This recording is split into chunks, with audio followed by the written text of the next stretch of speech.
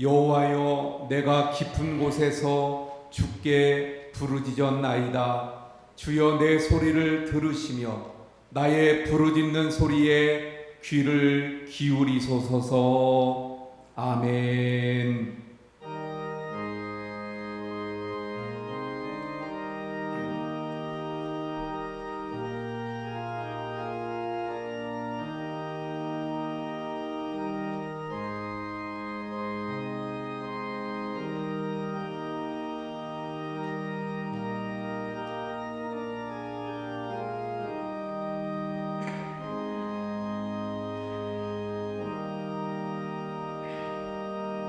우리의 부르짖음에 귀 기울이시고 들으시며 응답하시는 하나님 아버지, 이 시간도 주님의 은혜를 사모하며 주님의 존전에 모이게 하심을 감사를 드립니다.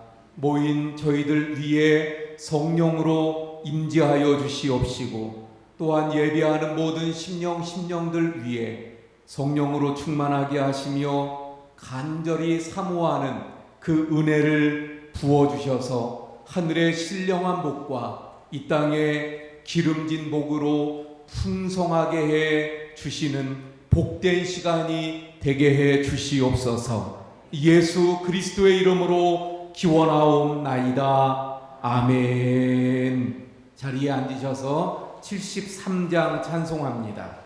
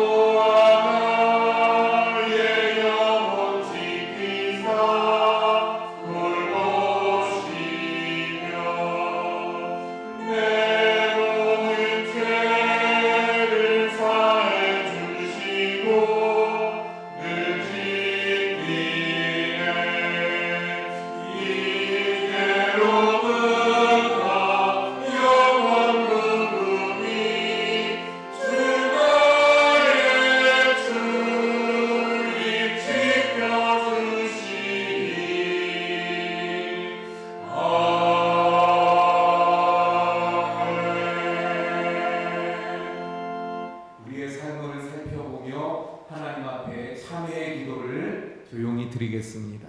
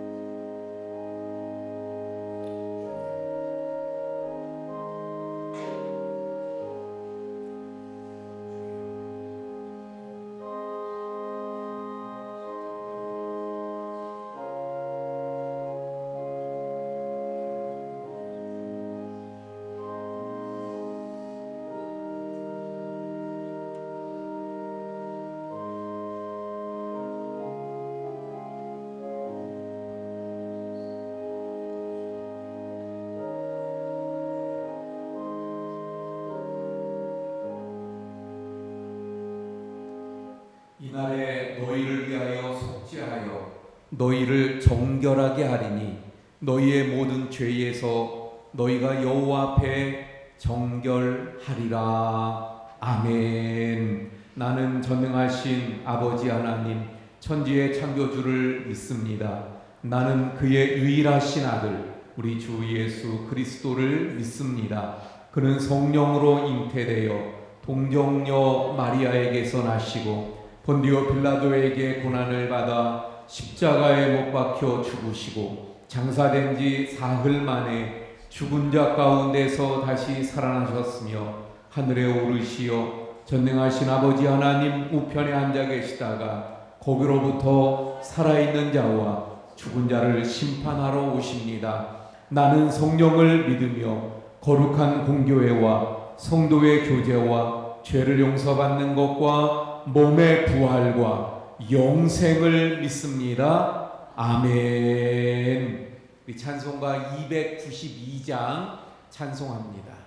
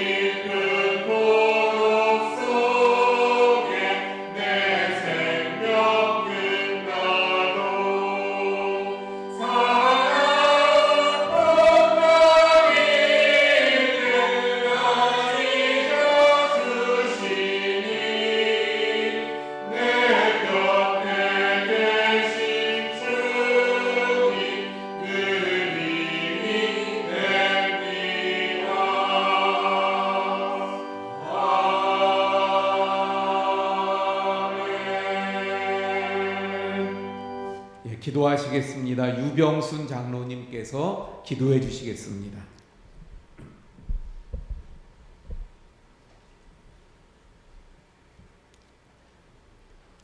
오늘은 벌써 3월의 첫 주, 사순절 세 번째 주일입니다. 만민을 죄에서 구속하기 위해 독생자 예수 그리스도를 죄 많고 허물 많은 이 땅에 보내주신 하나님께 우선 감사를 드립니다.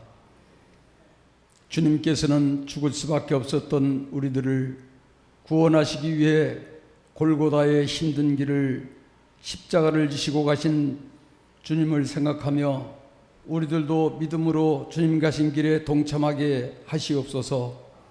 주님께서 말씀하시기를 누구든지 나를 따라 오려거든 자기를 부인하고 자기 십자가를 지고 나를 쫓으라고 말씀하셨는데, 우리도 주님 십자가를 지고 골고다의 길을 함께 가는 3월 한 달 되게 하시고, 영광스러운 주님 부활에 함께 동참하는 우리 원주교회 성도님들 다 되시기를 간절히 기도하고 원합니다.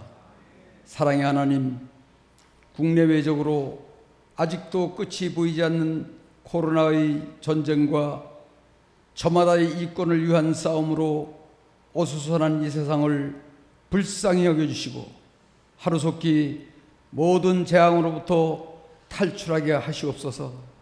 특별히 코로나 백신을 맞기 시작한 온 세계가 이제 안정되어 서로 안심하게 왕래하며 경제도 활성화되게 하시고, 지금까지 개발된 백신을 통하여 예방접종이 끝나는 순간부터 하루속히 모든 일상이 정상화될 수 있도록 하나님 인도하여 주시옵소서.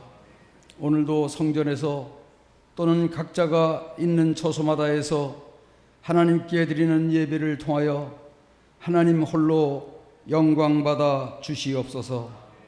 또한 사순절 기간 동안 한 끼 이상 금식도 하며 주님 고난에 함께 동참하는 우리 원주교회 성도님들 되시기를 기도합니다.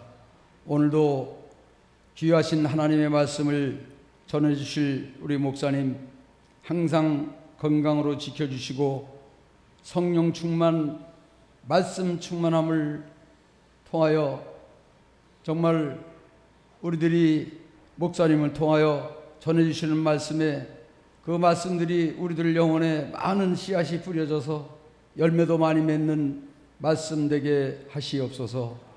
사랑과 은혜가 많으신 하나님 아버지, 계속되는 코로나19 속에서의 우리들의 신앙생활이 하나님을 멀리 떠나 방황하고 있지는 않은지 뒤돌아 점검해보는 이 시간 되게 하시고, 오로지 주님만을 바라보며 달려가는 우리 원주교회 성도님들 다 되게 하시옵소서.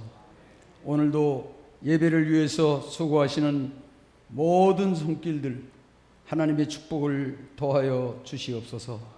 사랑의 하나님, 국가의 부름을 받아 이 나라 이 민족을 위해 군 복무에 열정을 다하고 있는 하나님의 귀한 일꾼들 있습니다.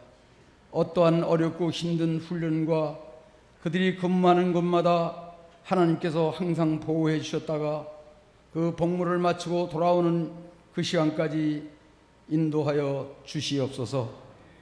우리 사순절 기간을 통하여 주님께서 지신 십자가를 피하지 않게 하시고 오직 그 길을 함께 가는 우리 원주교회 성도님들이 다 되시길 원하오며, 모든 말씀을 우리를 위해 고난받으신 예수 그리스도의 이름으로 감사하며 기도드리옵나이다. 아멘.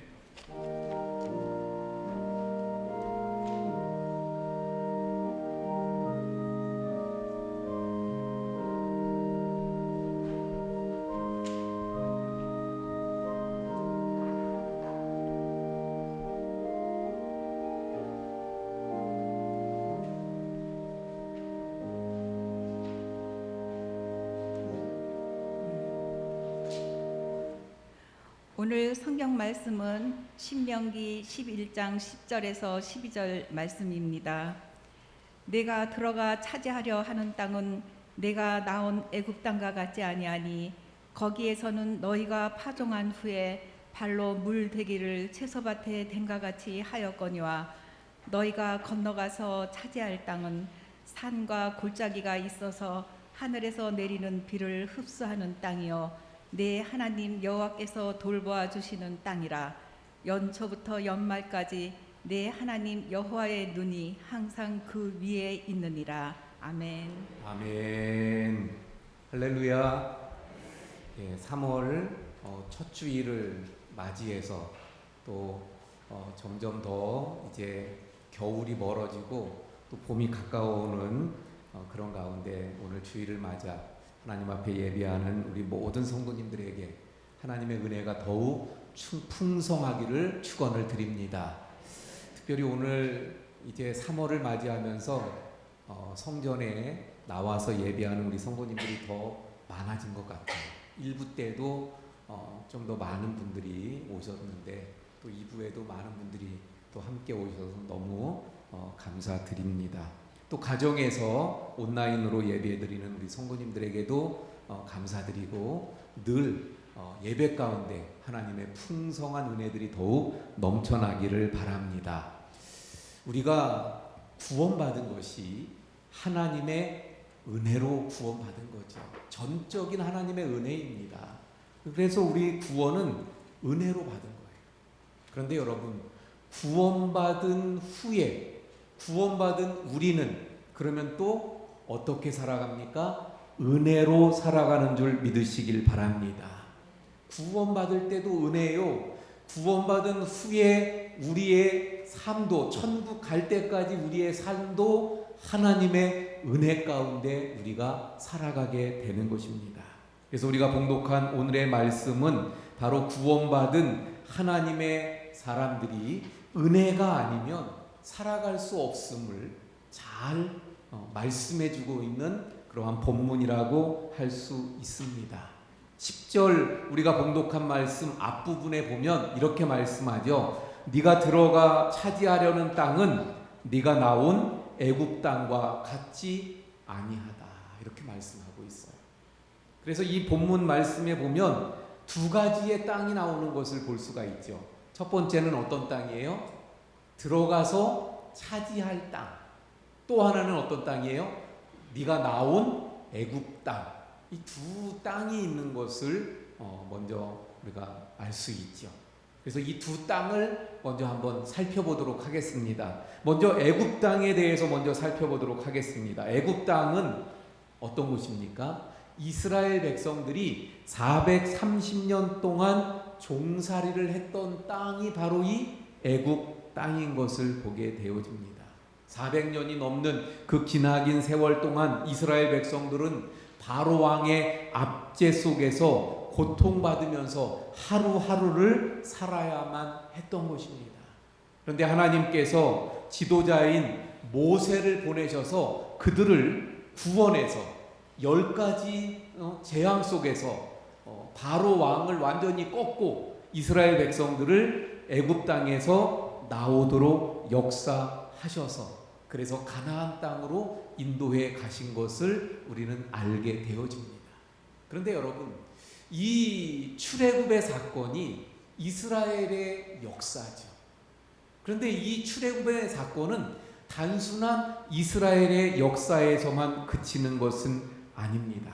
이 출애굽의 사건은 죄의 종으로 사탄의 압제 가운데 있던 우리 인간이 어떻게 구원을 받을 수 있는지를 우리에게 잘 가르쳐 주시는 구속사적인 사건이라는 것입니다. 이스라엘의 역사로 끝나는 게 아니라 이 이스라엘의 역사를 통해서 우리에게 우리가 어떻게 구원받았는지를 잘 설명해 주는 구속사적인 사건이더라 하는 것입니다. 그래서 이 출애굽 사건은 우리가 영적으로 해석해 볼 수가 있습니다. 이 애굽 왕 바로는 사탄을 상징하는 것이고 문설주와 임방의 다름으로 말미암아 이스라엘 백성들을 그 죽음에서 건져낸 어린 양의 피는 십자가에서 우리의 모든 죄를 짊어지시고 흘리실 주님의 보혈을 의미하는 것입니다. 이스라엘 백성들을 이끌어내었던 지도자인 모세는 장차 우리를 구원하실 그 구원자로 오실 예수 그리스도를 의미하는 것입니다.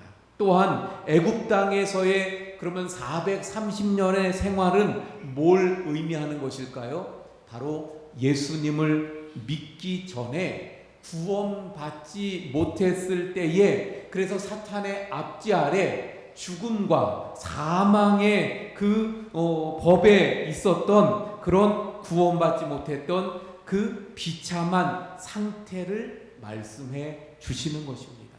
그러니까 애굽 땅에 있었다고 하는 것은 과거에 우리가 죄의 종으로 사탄의 압제에 있었을 때를 말씀하는 것입니다. 다시 한번 설명합니다. 지금 본문에 두 땅이 나오는데 먼저 애굽 땅을 살펴본 거예요. 애굽 땅은 이스라엘 백성들이 정말 노예로 고통을 당하던 땅이었습니다. 그런데 이것은 영적인 의미로 해석하면 뭐라고요? 우리가 구원받기 전에 죄의 압제 아래서, 사탄의 압제 아래서, 죄와 사망의 법 아래서 비참하게 생활하던 구원받기 이전의 삶을 말씀하고 있는 거예요. 자, 그러면 이제 가나안 땅에 대해서 한번 살펴보도록 하겠습니다. 여기 들어가서 차지하려는 땅이 가나안 땅이잖아요. 이 가나안 땅은 그러면 어떤 땅입니까? 먼저 이 가나안 땅은 일찍이 하나님께서 아브라함에게 약속하신 땅입니다. 그래서 약속의 땅이에요. 약속의 땅. 창세기 15장에 보면 하나님께서 아브라함과 언약을 맺으시죠. 그리고 나서 이렇게 말씀합니다. 내 후손이 이방에서 객이되어 400년 동안 고통스러운 나날을 보내다가 4대 만에 큰 재물을 가지고 이 땅으로 돌아오게 될 것이라고 말씀하셨습니다. 그 말씀, 창세기에서 약속하신 그 말씀, 약속하신 대로 하나님께서 요셉을 통해서 아브라함의 그 후손들이 애굽 땅에 들어가 살게 되어집니다.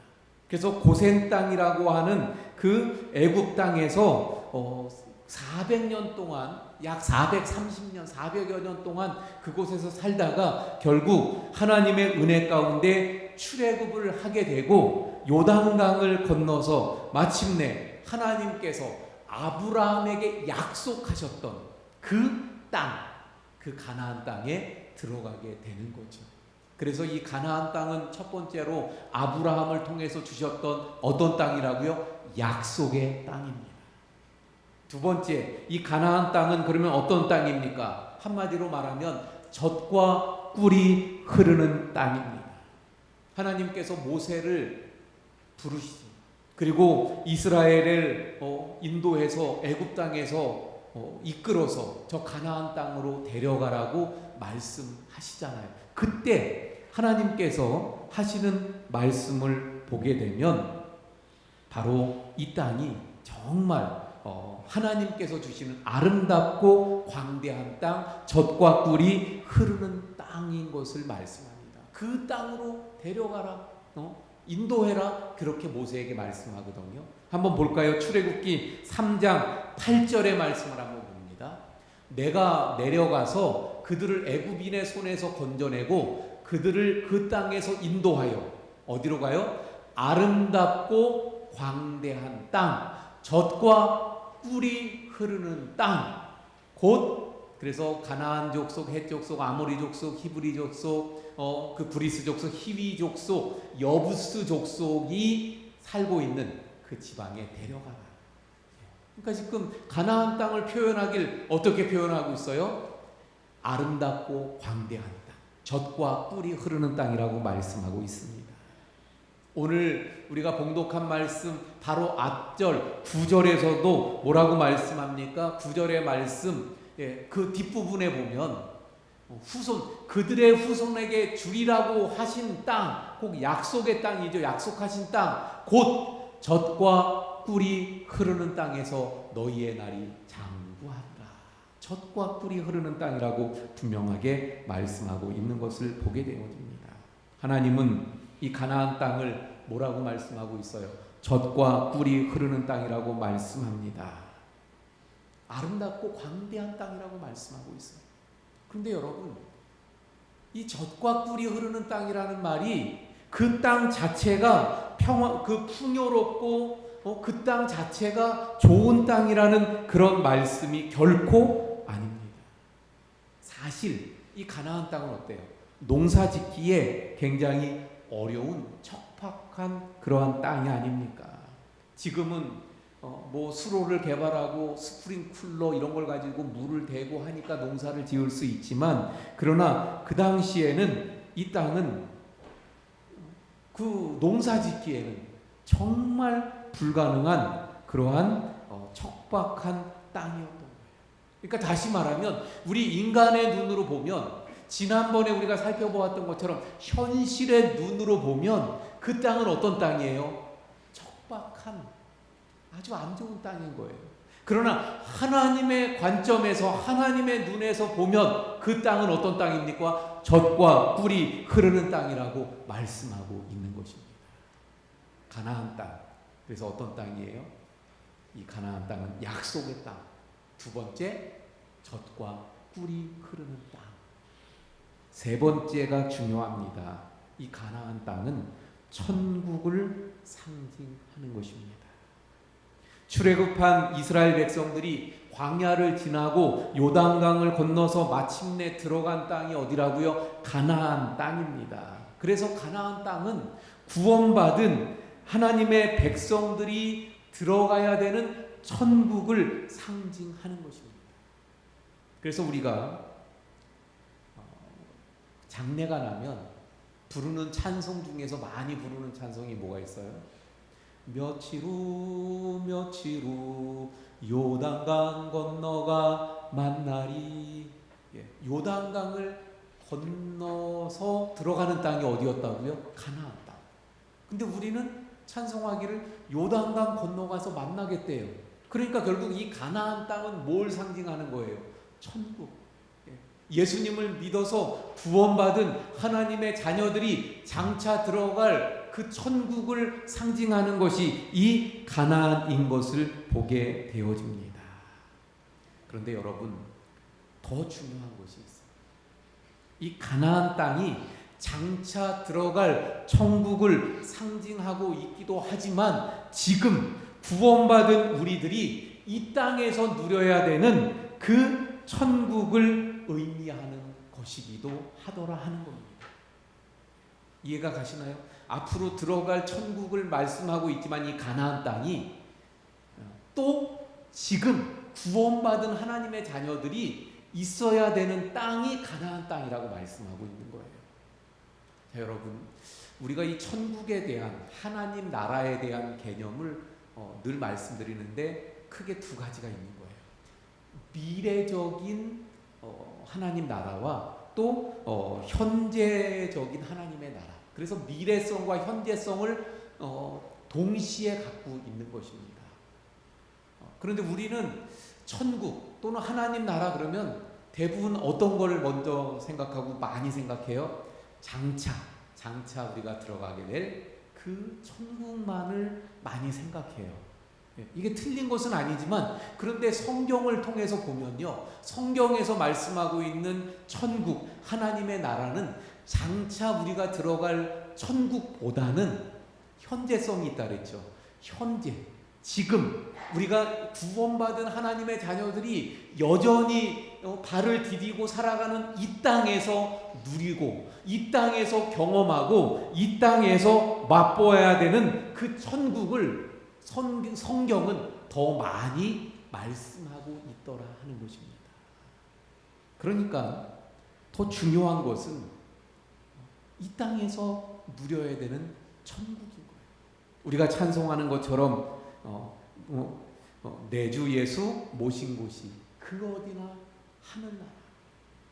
바로 예수님을 모시고 살아가는 그곳이, 이 땅이 바로 천국인 거죠. 비록 힘들지만 또 어렵지만, 그러나 주님을 모시고 살아가면 그곳이 바로 하나님 나라 천국이 되어진다는 것이죠. 자, 다시 정리해서 말씀드립니다. 중요한 것은 뭐냐면, 내가 예수님을 믿고 구원받았다면, 구원받아서 내가 지금 하나님의 자녀가 되었다면, 나는 지금 어디에 있는 것이냐? 가나안 땅에 있다는 것입니다.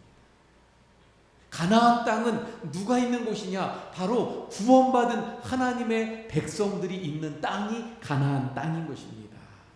그래서 오늘 본문에서 말씀하고 있는 이 가나안 땅은 세 가지의 의미가 있는 거예요. 약속의 땅입니다. 젖과 꿀이 흐르는 땅입니다. 또 하나, 구원받은 하나님의 백성들이 살아가는 곳이 바로 이 가나안 땅인 것입니다.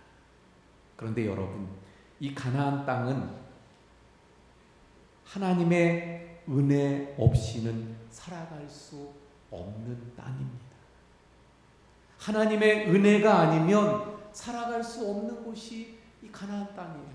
하나님의 은혜로 가나안 땅에 들어간 거고, 그 가나안 땅에서 살아가기 위해서는 하나님의 은혜가 전적으로 또 필요한 곳이 이 가나안 땅입니다. 자, 그러면 왜 이 가나안 땅은 하나님의 은혜가 없이는 살아갈 수 없는 땅일까요? 왜 가나안 땅은 하나님의 은혜가 없으면 안 될까? 한번 살펴봅니다. 오늘 본문 10절 앞부분 말씀 다시 한번 볼게요. 네가 들어가 차지하려는 땅은 네가 나온 애굽 땅과 같지 아니하니. 자, 여러분, 왜 하나님의 은혜가 필요한 땅인가? 애굽 땅과 같지 않기 때문입니다. 애굽 땅과 같지 않기 때문에 하나님의 은혜가 필요한 거예요. 왜 그러면 이 애굽 땅과 같지 않다는 것이 어떤 의미입니까? 그 다음 이어지는 말씀을 보면 애굽 땅과 같지 않기 때문에 거기에서는 너희가 파종한 후에 발로 물대기를 채소밭에 댐과 같이 하였거니와. 지금 애굽 땅과 같지 않다 그랬어요. 근데 거기에서는, 여기서 거기는 어디를 말합니까? 애굽 땅을 말하는 것이죠. 다시 말하면 이스라엘 백성들이 애굽 땅에서 살고 있었던 고센 땅을 말하는 거예요. 근데 이 고센 땅은 어디입니까? 나일강 하류에 있어서 물이 늘 풍족한 그런 지역이라고 합니다. 물 부족이 없어요. 물을 걱정할 필요가 없습니다. 그래서 그 파종한 후에 물을 대기 위해서 그 수로를 발로 조금만 조절해도 물이 들어오는 곳입니다. 좀 물이 부족해서 아예 안 되겠다 싶으면 발로 수차를 돌리기만 하면 물이 언제든지 그 밭에 들어오는, 그래서 물 걱정 없이 얼마든지 농사 지을 수 있는 그곳이 바로 애굽, 이스라엘 백성들이 있었던 고센 땅이라고 말씀하고 있는 거예요. 비록 바로의 압제를 받으면서 노예의 신분으로 살아가고 있었지만 물 걱정 없이 농사 지을 수 있었던 땅이 바로 애굽 땅이었다는 거예요. 이걸 잘 기억하셔야 돼요. 바로의 압제 속에 있어요. 종의 신분이에요. 하지만 농사 짓는 데 걱정이 없어요. 다시 말하면 먹고 사는 데 걱정이 없어요. 얼마든지 풍족하게 농사 지어서 살 수 있었던 땅이 애굽 땅, 고센 땅이었더라 하는 것입니다. 결국 그 땅은 물된 동산과도 같았고 그 땅은 가나안 땅과 달랐다는 거예요. 그럼 가나안 땅은 어떤 곳이에요? 물을 끌어서 댈 수 없는, 물을 어디서 끌어올 수가 없는 그런 산과 골짜기가 있는 곳이 가나안 땅이에요. 그래서 11절 말씀 볼까요? 이제 좀 전에 10절 마지막에는 거기에서 그래서 그 애굽 땅을 말씀하셨잖아요. 11절은 가나안 땅이에요. 너희가 건너가서 차지할 땅은, 가나안 땅은 산과 골짜기가 있어서 하늘에서 내리는 비를 흡수하는 땅이다. 산과 골짜기로 되어져 있는 그런 땅입니다. 다시 말하면 채소와 곡물, 그 주로 주식으로 먹어야 되는 그런 채소와 곡물을 경작할 만한 그러한 평지가 없다는 것입니다. 거기다가 물도 공급받기가 어려운 거예요. 왜냐하면 석회질로 되어져 있기 때문에 물이, 비가 오면 그 물이 오랫동안 고여있지 못하고 다 땅으로 스며들고 마는 거예요. 그래서 늘 물이 부족할 수밖에 없는 그런 땅, 그곳이 바로 가나안 땅입니다. 그러므로 이 가나안 땅은 하나님이 돌봐주시지 않으면 농사 지을 수 없고, 하나님이 돌봐주시지 않으면 살아갈 수 없는 땅이 바로 가나안 땅인 것입니다. 은혜로 구원을 해주신 하나님의 백성들을 하나님께서 그 가나안 땅으로 들어가라고 하셨어요. 그래서 그 땅으로 들여보내 주셨어요. 그래서 그 땅이 약속의 땅이요, 그 땅이 그 젖과 꿀이 흐르는 땅이라고 말씀하셨습니다. 그런데 막상 그 땅에 들어가 보니까 그 땅은 척박하기 그지 없는 땅이에요. 젖과 꿀이 흐르는 땅이 아닙니다. 하나님이 돌봐주시지 않으면 살 수 없는 그런 땅이었더라 하는 것입니다. 하나님의 은혜가 아니면 살아갈 수가 없는 거예요. 결국 이 가나안 땅에는 예수님을 믿어서 구원받은 하나님의 자녀들이 서 있는 이 가나안 땅에는 하나님의 은혜가 필요한 것입니다. 하나님의 은혜가 없이는 살아갈 수가 없는 거예요. 다시 말하면 하나님의 돌보심이 필요한 것입니다. 그래서 하나님은 이 가나안 땅에 있는 하나님의 백성들을 그냥 내버려 두시지 아니하시고 하나님의 은혜가 있어야 되는 땅이니까 하나님이 돌보시는 줄 믿으시길 바랍니다. 하나님이 돌보시는 거예요. 그래서 이 하나님의 돌보심이 필요한 땅이 바로 가나안 땅이기 때문에 하나님이 돌보아 주시는데 12절 앞부분에 보니까 어떻게 돌보아 주신다고 말씀합니까? 내 하나님 여호와께서 돌보아 주시는 땅이라 연초부터 연말까지 내 하나님 여호와의 눈이 항상 그 위에 있느니라. 하나님이 돌보아 주셔야만 살아갈 수 있는 땅에 하나님의 백성들, 다시 말하면 우리가 있는 거잖아요. 그래서 하나님이 어떻게 돌보아 주시는가? 연초부터 연말까지. 이 말은 무슨 말이에요? 연초부터 연말이면 1년 내내라는 말 아닙니까? 또 다시 말하면 이 말은 우리가 가나안 땅에 들어가서 가나안 땅을 벗어날 때까지라는 말이에요. 우리로 치면 이런 말입니다. 예수님을 믿고 구원받은 그 순간부터 하나님 앞에서는 아까 말씀하셨던 저 장차 들어갈 천국, 그 천국에 들어갈 때까지, 그때까지 하나님이 어떻게 하신다고요? 여호와의 눈이 항상 그 위에 있다고 말씀하고 있어요. 할렐루야. 이게 얼마나 큰 은혜인지 모릅니다. 우리가 하나님 앞에 설 때까지 하나님의 눈이 항상 내 위에 있더라 하는 것입니다. 하나님의 눈이 있다는 말이 무슨 말이라고요? 이미 말씀드리고 여러 번 강조해서 우리가 살펴보았던 것처럼 하나님의 눈이 함께 하신다. 눈이 그 향하는 곳 또는 하나님의 얼굴을 향하는 곳, 이건 무슨 말이라고요? 하나님께서 관심을 가지고 보신다는 거예요. 하나님이 주목하신다는 거예요. 다시 말하면 하나님의 관심이 은혜받고 그리고 은혜로 구원받고 가나안 땅에 들어와 있는 하나님의 백성들, 하나님의 자녀들에게 하나님의 관심이 있다는 것입니다. 하나님은 은혜로 구원하신 하나님의 자신의 백성들에게 깊은 관심을 가지고 사랑의 눈빛을 가지고 그 땅의 사람들을 하나님께서 유심히 깊이 늘 바라보신다는 것을 말씀하고 있는 것입니다. 여러분, 왜 하나님께서 이렇게 하나님의 백성들을 유심히 관심 있게 늘 살피시고 계실까요? 왜냐하면 이미 말씀드린 대로 이 가나안 땅은 어떤 곳이기 때문에요. 하나님의 은혜가 아니면, 하나님의 은혜 아니면 살 수 없는 곳이기 때문입니다. 하나님이 눈동자처럼 지키시고 우리를 보호하시고 돌보시지 아니하시면 살아갈 수 없는 그런 척박한 땅이 바로 가나안 땅이기 때문입니다. 영적으로 말씀드리면 우리가 살고 있는 이 세상이 그렇잖아요. 우리가 믿음을 지키며 살아가기가 얼마나 어려운 척박한 땅입니까? 우리의 주변 그 상황을, 사방을 둘러보십시오. 사방이 우리의 믿음을 무너뜨리려고 하는 적들이 우리를 애워싸고 있지 않습니까? 우리의 힘과 능력으로 믿음을 지키면서 살아가기가 얼마나 어렵습니까? 우리가 이런 세상 속에 살아가고 있기 때문에 가나안 땅에 살고 있는 우리 한 사람 한 사람을 향해서 하나님의 눈이 늘 보호하시며 그 눈이 우리 위에 있다는 사실을 기억하시기를 바랍니다. 여러분, 우리의 삶이 외롭다고 생각이 들 때가 있나요?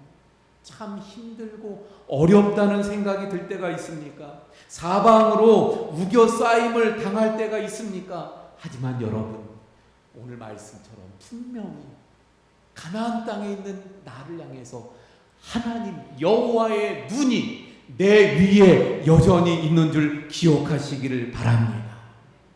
내가 힘들고 지쳐도요, 내가 어려워도 여전히 하나님은 나를 사랑의 눈빛으로 바라보고 계신 줄 믿으시길 바랍니다. 그래서 하나님이 돌보시는데 하나님의 은혜를 가지고 은혜 가운데 살아갈 수밖에, 은혜가 아니면 살 수 없는 은혜 가운데 살아가야 되는 땅이 가나안 땅인데, 그 은혜를 어떻게 하신다고요? 돌보아 주시는 은혜인데, 첫 번째는 하나님의 눈이 우리 위에 있다는 거예요. 자, 두 번째는 그러면 하나님이 어떻게 돌보시는가? 이른 비와 늦은 비의 은혜를 내려 주십니다. 이른 비와 늦은 비의 은혜. 우리가 봉독한 말씀 뒤에 14절에 보면 이런 말씀이 나옵니다. 14절, 여호와께서 너희의 땅에 이른 비와 늦은 비를 적당한 때에 내리시리니 너희가 곡식과 포도주와 기름을 얻을 것이요. 이른 비와 늦은 비를 적당한 때에 내리신다고 말씀하고 있어요. 우리에게는 이 이른 비, 늦은 비의 개념이 없지요. 그런데 이 이스라엘 땅에서는 이 이른 비하고 늦은 비가 농사에 아주 중요하다고 합니다. 왜냐하면 이 이른 비는 10월과 11월 사이에 내리는 비인데 우리하고는 좀 개념이 달라요. 이 10월과 11월이 지나면 뭘 하느냐? 파종을 하는 거예요. 파종. 우리는 추수하죠, 이때. 근데 이스라엘은 그때 씨를 뿌리는 겁니다. 근데 씨를 뿌리기 전에 10월, 11월에 이른 비가 와야 그 땅을 부드럽게 만들어서, 그리고 물기가 있게 해서 씨를 파종했을 때 그 씨가 흙에 잘 자리를 잡고 뿌리를 내리고 자랄 수 있게 되는 거예요. 그래서 이 이른 비는 바로 파종 때에 꼭 필요한 비가 되어집니다. 그럼 늦은 비는 3월과 4월에 내리는 비인데, 추수 직전에 내리는 비로서 이 비가 내려야 곡식들이 결실을 잘 맺을 수 있다고 합니다. 그래서 이 비가 내려야 풍요로운 추수를 할 수 있게 되는 것이 늦은 비예요. 결국 이 이른 비와 늦은 비는 결국 파종과 또 추수를 위한 그러한 비로서 이 비가 정말 적절할 때 잘 내려야만 농사의 풍년을 기원할 수 있는, 풍년을 기대할 수 있는 그러한 비가 바로 이 이른 비와 늦은 비. 근데 하나님께서 뭐라고 말씀합니까? 때를 따라서 이른 비와 늦은 비를 적당하게 내려주시겠다고 약속하고 말씀하고 있는 것을 보게 되어집니다. 자, 여러분, 사람의 눈으로 바라보면 젖과 꿀이 흐르는 땅은 가나안 땅이 아니에요. 오히려 애굽 땅이 젖과 꿀이 흐르는 땅입니다. 가나안 땅은 젖과 꿀이 흐르는 땅이 아니었습니다. 그런데 하나님은 애굽 땅을 향해서 젖과 꿀이 흐르는 땅이라고 말씀하신 적이 한 번도 없었어요. 오히려 이 척박한 가나안 땅을 향해서 젖과 꿀이 흐르는 땅이라고 말씀하셨습니다. 왜 그렇습니까? 왜냐하면 그 땅은 하나님이 돌보시는 땅이기 때문입니다. 하나님의 눈이 항상 그 위에 있기 때문입니다. 하나님께서 때를 따라 이른 비와 늦은 비를 적절하게 내려주시기 때문입니다. 여러분, 이 가나안 땅은 그래서 사람의 눈으로 보면 척박하지만 하나님의 눈으로 보면 젖과 꿀이 흐르는 땅이라고 말씀드렸잖아요. 우리 구원받은 하나님의 자녀들이 있는 땅이 가나안 땅이고, 우리 하나님의 자녀들인 우리의 삶이 바로 그런 것을 보게 됩니다. 사람의 관점에서 보게 되면 어때요? 이 가나안 땅 척박한 곳에서 인생이 실패한 것 같고, 저주받은 것 같은 그런 모습으로 볼 수 있습니다. 하지만 하나님의 관점에서, 하나님의 눈으로 보면 어때요? 하나님의 은혜 가운데 돌보심을 받는 삶인 것을 깨닫게 되어집니다. 그래서 우리가 잘 아는 대로 고린도 후서 6장 10절에서 뭐라고 말씀합니까? 근심하는 자 같으나 항상 기뻐하고, 가난한 자 같으나 많은 사람을 부요하게 하고, 아무것도 없는 자 같으나 모든 것을 가진 자라고 말씀하고 있잖아요. 가나안 땅, 하나님께서 예수님을 믿는 믿음 가운데 은혜로 가나안 땅에 거하게 하셨어요. 그런데 이 가나안 땅에 살아가는 우리는 정말 하나님의 은혜가 없으면 살아갈 수가 없는 것입니다. 척박한 땅입니다. 그런데 이 가나안 땅에서 살아가는 우리에게 저 세상적인 눈으로 세상 사람들이 바라볼 때는 근심하는 자 같아요. 세상 사람들이 바라볼 때는 가난한 자 같습니다. 세상 사람들이 바라볼 때는 아무것도 없는 자 같아요. 그러나 하나님이 돌보시고 하나님의 은혜가 우리 가운데 부어지기 때문에 항상 기뻐하고, 오히려 많은 사람들을 부요하게 하고, 또 모든 것을 가진 하나님의 사람들인 줄 믿으시길 바랍니다. 자, 여러분, 우리가 주님을 모르고 구원받지 못했을 때, 저 애굽에 살아갈 때는요, 하나님의 은혜가 없이도 살 수 있다고 생각했습니다. 그래서 하나님을 찾지도 않고, 하나님 없이도 얼마든지 잘 먹고 잘 살았어요. 이스라엘 백성들이 비록 노예였지만 애굽 땅에선 물 걱정 없이 농사지면서 잘 살았잖아요. 그것과 마찬가지입니다. 그러나 이제 은혜로 구원받고 가나안 땅에 들어와서 보니까, 은혜로 구원받고 하나님의 자녀가 되고 나서 보니까, 이제는 하나님의 은혜가 아니면 어때요? 살 수 없다는 겁니다. 하나님의 은혜가 아니면 살 수 없다는 것을 깨닫게 되는 거예요. 하나님의 은혜가 아니면 한순간도 살 수 없는 것이 가나안 땅이고, 바로 하나님의 자녀된 우리의 삶인 줄로 믿습니다. 그러므로 사랑하는 성도 여러분, 하나님의 은혜를 구하시길 바랍니다. 하나님이 늘 돌보시며 그 눈을 우리 위에, 그리고 이른 비와 늦은 비로 때에 따라 적당하게 필요한 것을 우리에게 부어주시는 하나님이에요. 그 하나님의 은혜를 늘 누리면서, 경험하면서, 체험하면서, 보면서 하나님의 영광을 보는 삶을 살아가는 우리 모든 성도님들이 되시기를 축원을 드립니다. 기도하시겠습니다. 하나님, 은혜가 아니면 살아갈 수 없는 저희들인 것을 깨닫습니다. 구원받기 전에 애굽에 살 때는 전혀 몰랐는데, 구원받아 가나안 땅에 거하게 되니까 은혜 없이는 살아갈 수 없음을 저희들이 깨닫습니다. 은혜 없으면 저희들이 살아갈 수 없는 이 가나안 땅에서 하나님, 저희들이 늘 눈을 들어 주님의 얼굴을 구하고 주님께 기도하고 주님만 의지하는 저희들이 되게 해 주옵소서.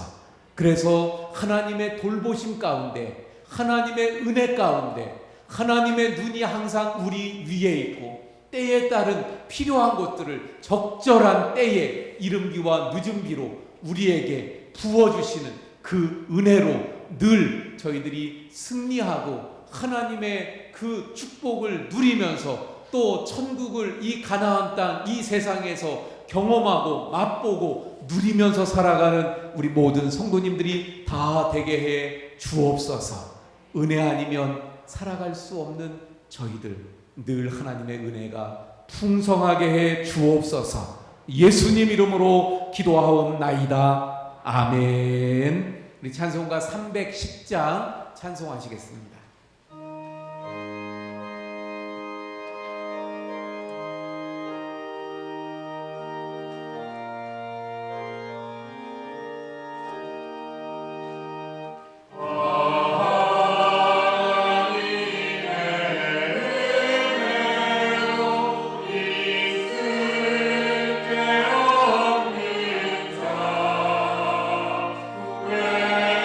외로워서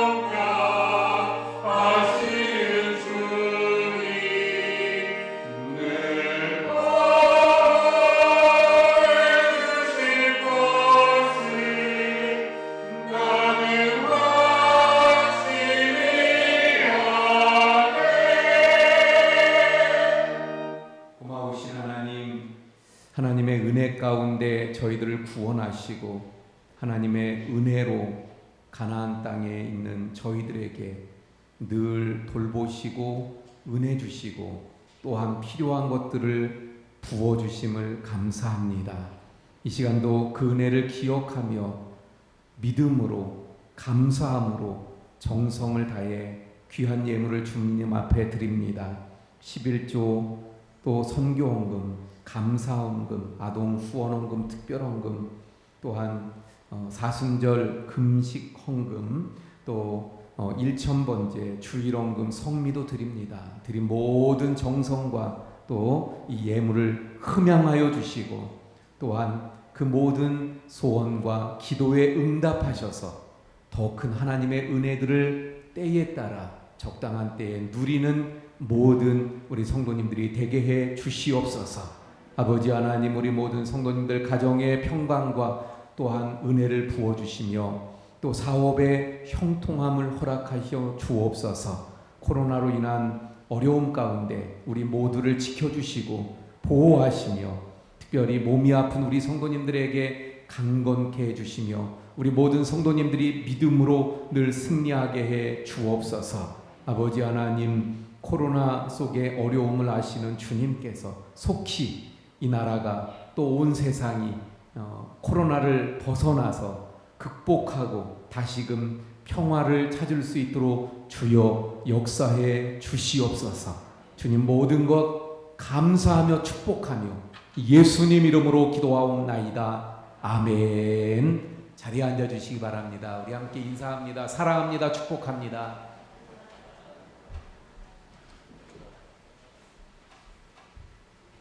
교회 소식 전해드립니다. 우리 오늘은 사순절 세 번째 주일을 맞이합니다. 우리 사순절 기간 동안 경건한 마음으로 주님의 십자가의 은혜를 묵상하는 그러한 시간들이 될 수 있길 바랍니다. 그래서 우리가 사순절 또 한 끼 금식 캠페인을 하고 있는데 오늘은 특별히 나가실 때 쌀국수를 하나씩 드리겠습니다. 이게 무슨 동남아에서 온 건 아니고요. 우리나라에도 컵라면처럼 쌀국수가 많더라고요. 이걸 이게 이 동남아 사람들이 또 많이 먹는 거니까 우리가 한 끼 식사를 대신 그걸로 하시면서 그 사람들을 한번 또 생각하고 그래서 이 한 끼 금식 운동에 동참해 주시기를 부탁을 드립니다. 생일을 맞으신 우리 성도님들이 또 많이 계신데 여기에 우리 김준태 집사님, 안연희 권사님, 이점숙 권사님, 또 이진영 우리 성도님 이렇게 또 계시네요. 잠깐만 일어나 주세요. 잠깐 기도합니다. 하나님, 이번 주에 또 생일을 맞이하시는 우리 성도님들이 많이 계신데 한 분 한 분 주님이 친히 찾아가셔서 축복하시고 그 삶을 붙드시고 영육을 강건하게 하시고 보호하시며 하나님의 은혜가 아니면 살 수 없는 인생이기에 하나님 늘 은혜 부어주시는 복된 삶이 되게 해 주옵소서. 예수님 이름으로 기도합니다. 아멘. 박수로 축하드립니다. 감사합니다. 우리 이경옥 권사님 팔순 생신이 지나셨는데 우리 화분을 또 이렇게 헌화해 주셨습니다. 떡도 하신다고 또 하셨는데 방앗간에서 날짜를 실수하는 바람에 오늘 떡이 안 나왔대요. 그래서 다음 주에 아마 떡을 드리도록 하겠습니다. 또 한양호 장로님께서 범사에 감사해서 또 철쭉 화분을 헌물해 주셨습니다. 감사드립니다. 우리 강경희 권사님 성경 2독제 하셔서 우리가 7독을 달성하게 되어졌습니다. 우리 성경 통도 늘 말씀 가까이 하고 말씀을 통해서 우리의 신앙을 늘 굳건하게 세워갈 수 있기를 바랍니다. 우리 다 함께 일어나서 635장 찬송합니다.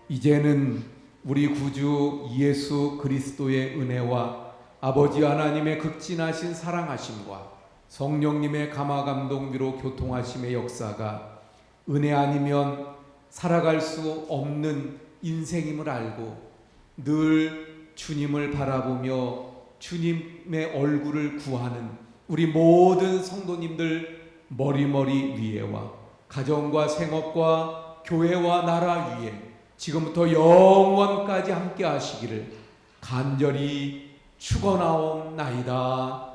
아멘.